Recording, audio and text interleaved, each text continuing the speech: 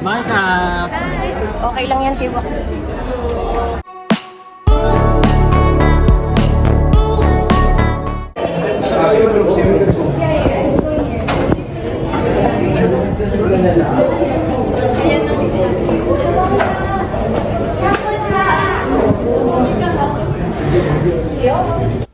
Kyle at Shari at Catherine Bernardo spotted na holding hands na naglalakad sa after party ng ball.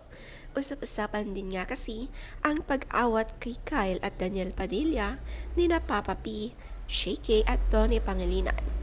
Sabay-sabay nga silang lumabas ng party para maiwasan ang kaguluhan. Habang naglalakad, napasabi nga si Catherine na awat na o tama. Pero kahit ganoon, si Kath nakakangiti pa rin sa mga fans na bumabati sa kanila kahit na naglalakad na sila palabas. Nananatili nga siyang mahinahon.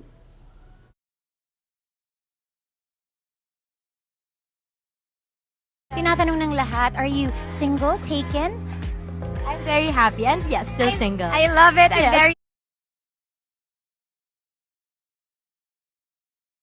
Nang tanungin naman nga si Catherine ng isang reporter kung single ba siya or taken.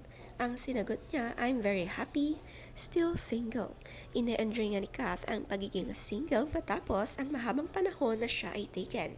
Marami nga ang umaaligid ngayon sa kanya at marami rin ang nalilink. Sino nga kaya ang magwawagi sa puso ni Catherine? Nakasama at nakaselfie din ni Kath ang ina ng kanyang ex-partner na si Carla Estrada. Very pretty naman ang duo ni Catherine at Nadine Lustre. Parang terno nga kasi ang kanilang gown, parehas simple but pure beauty ang makikita.